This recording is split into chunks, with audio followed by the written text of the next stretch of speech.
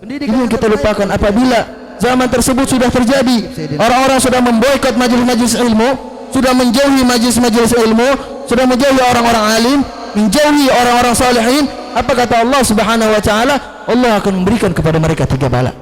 Allah akan menurunkan kepada umat ini 3 bala. Bala yang pertama, yarfa'allahu al-barakata min amwalihim. Allah Subhanahu wa taala mengangkat keberkahan dari harta-harta mereka. Orang kaya punya harta yang melimpah, akan tapi tidak bisa menikmatinya, akan tapi tidak tahu habisnya kemana. Gajian bulan ini sekian juta, sekian ratusan ribu, akan tapi tidak tahu larinya kemana, habisnya kemana, hilangnya kemana, bahkan tidak didermakan untuk Allah, untuk Rasulullah. Itu yang dikatakan harta mereka tidak berkah lagi.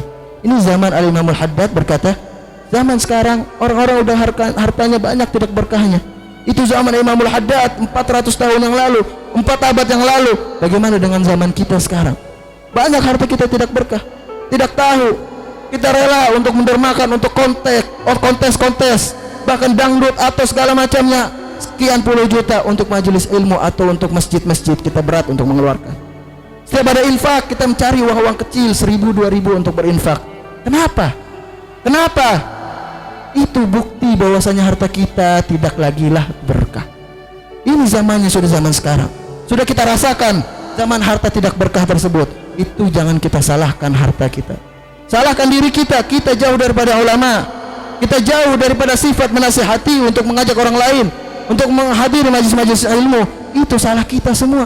Yang kedua, bala yang diturunkan oleh Allah Subhanahu wa taala, sallallahu alaihim sultanan jaira. Allah akan memberikan mereka pemimpin yang zalim.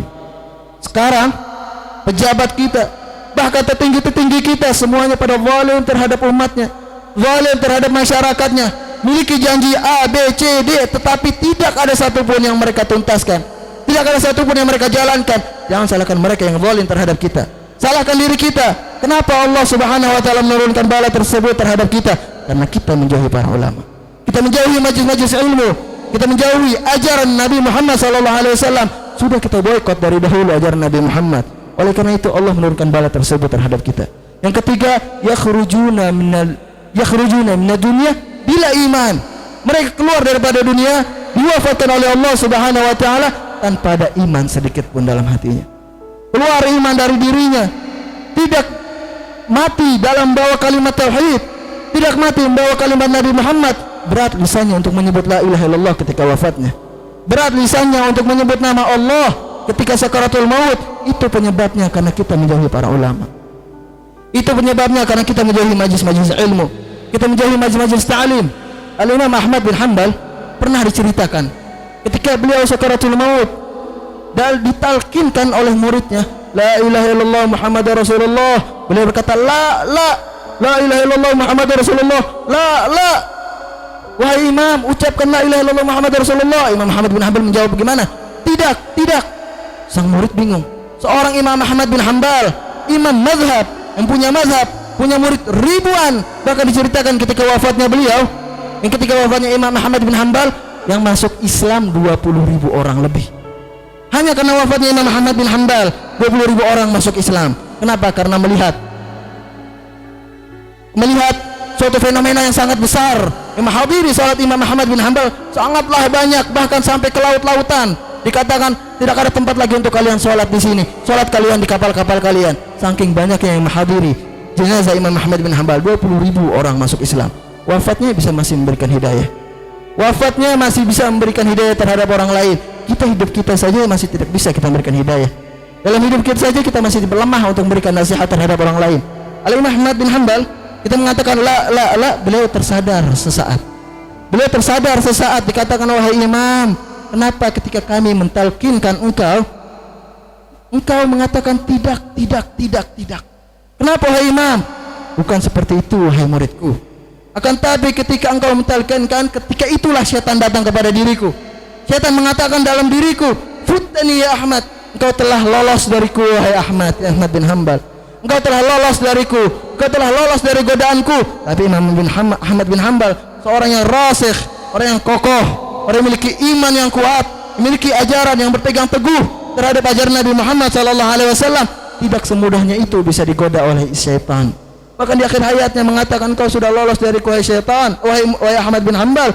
Dan Ahmad bin Hanbal mengatakan, tidak, aku masih belum lolos darimu. Tidak, aku masih belum bisa lepas dari godaanmu. Itu yang dikatakan Ahmad bin Hanbal, sehingga syaitan pun yais, mereka putus asa. Sehingga syaitan pergi, dan Imam Ahmad bin Hanbal ketika sakaratul maut menyebutkan kalimat la ilaha illallah Muhammadur Rasulullah sallallahu alaihi wasallam. Sangatlah sulit ketika sakaratul maut. Sekelas Imam Ahmad bin Hanbal masih bisa digoda. Kalau kita dikatakan, engkau udah lolos wahai fulan dari godaanku, oh iya benar, anda udah lolos. Dengan bangganya kita mengatakan hal tersebut. Ketika itu amal ibadah kita semua habis. Ketika itu amal ibadah kita semuanya kosong. Kita menghadap Allah, mati tidak membawa kalimat tauhid, mati tidak membawa ajaran Nabi Muhammad, karena kita merasa tergiur, merasa tertipu dengan godaan syaitan tersebut pada saat sakaratul maut. Kita minta kepada Allah Subhanahu wa taala agar kita bisa diwafatkan oleh Allah, mawafat husnul khatimah. Itu yang diminta orang-orang zaman dahulu. Mereka para salihin hanya minta agar mereka bisa mati wafat husnul khatimah. Tahu Sayyidina salah satu para nabi, Nabi Allah Yusuf, walhikni bis salihin, di antara doanya, taufani musliman walhikni bis salihin.